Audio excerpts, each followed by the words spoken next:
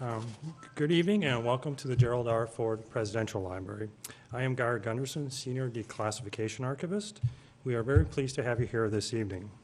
I have the privilege of introducing our speaker, Andrew Scott Cooper, author of The Oil Kings, How the U.S., Iran, and Saudi Arabia Changed the Balance of Power in the Middle East.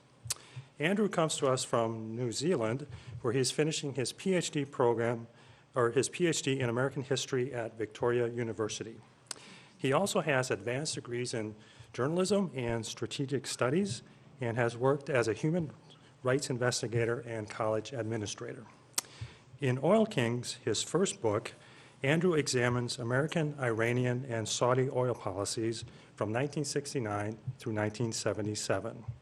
During this crucial 8-year period, America went from being the world's largest producer of oil to its largest importer of oil, and Saudi Arabia supplanted Iran as Washington's most important Islamic ally in the Persian Gulf. At the center of Oil Kings stands the Shah of Iran, who gambled his country's economic future on high oil prices and ultimately lost his hold on power. Andrew has received high marks for his insightful analysis and wide use of original interviews and formally classified materials as he opens the window on this important period in history. In the process, he has also produced the most thorough account yet of President Ford's handling of relations with the Shah, King Faisal, and oil policy. Please join me in welcoming Andrew Scott Cooper.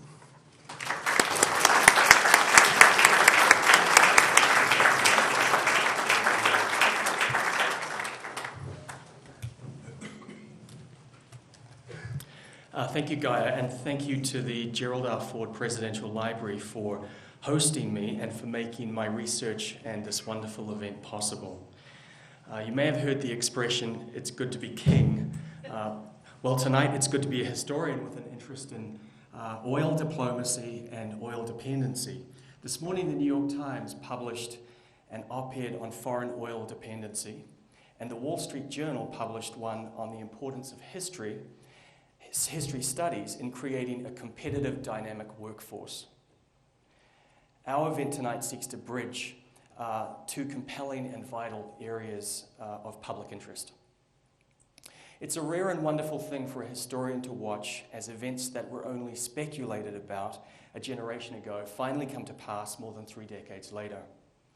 5 years ago, when I began my research into US oil diplomacy in the 1970s, I was puzzled by references made in documents from 1976 that read like something out of a financial thriller. There was talk of a sudden increase in oil prices triggering a global financial crisis, the bankruptcy of countries in Southern Europe, an international debt default crisis, a double-dip recession in the United States, unemployment over 9%, and the possible collapse of big banks on Wall Street. 35 years later, and here we are. A global recession induced in large part by soaring oil prices, the bankruptcy or near insolvency of countries in Southern Europe, bank failures and bailouts at home and abroad, the United States economy on the brink of a double-dip recession, unemployment over 9%. George Santayana's warning to future generations is more relevant today than ever before. Those who cannot remember the past are condemned to repeat it, and we are certainly repeating it today. Parallels between the earlier period, that is the focus of my research, and our own time were brought home to me most vividly during my recent stay in Greece, where I wrote The Oil Kings.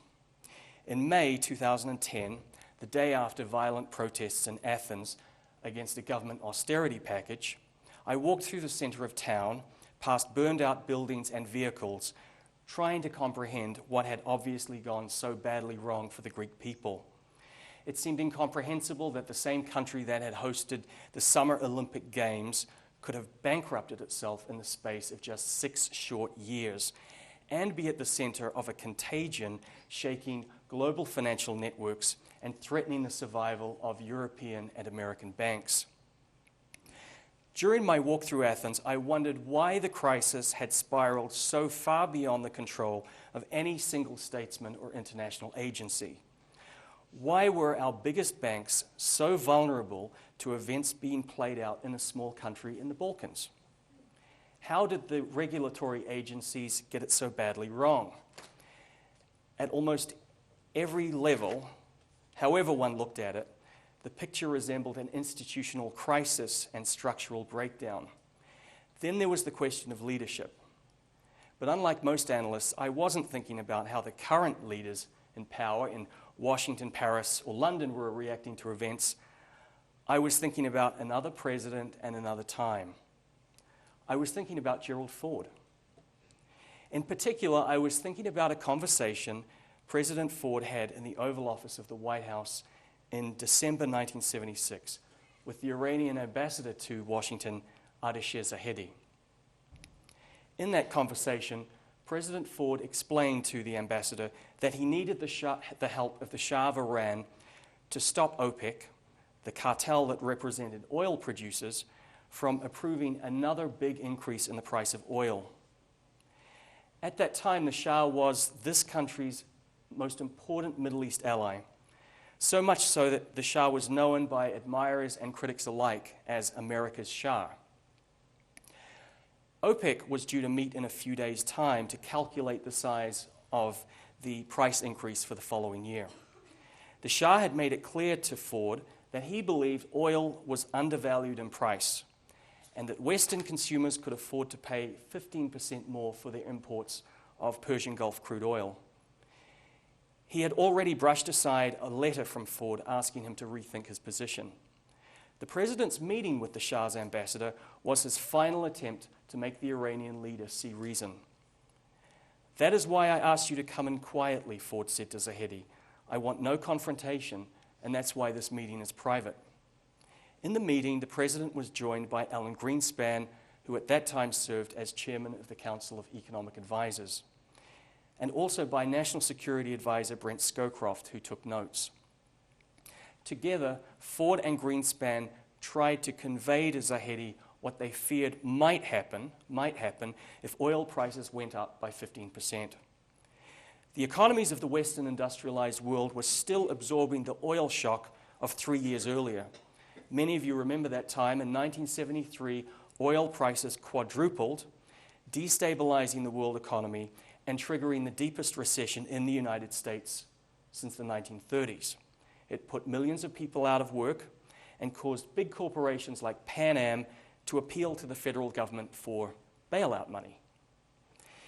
In Europe at that time, soaring fuel costs had helped drive Portugal's economy to the wall and weakened the economies of Spain, Greece, Italy, and Great Britain to the point where their governments were forced to appeal to international lenders for financial lifelines.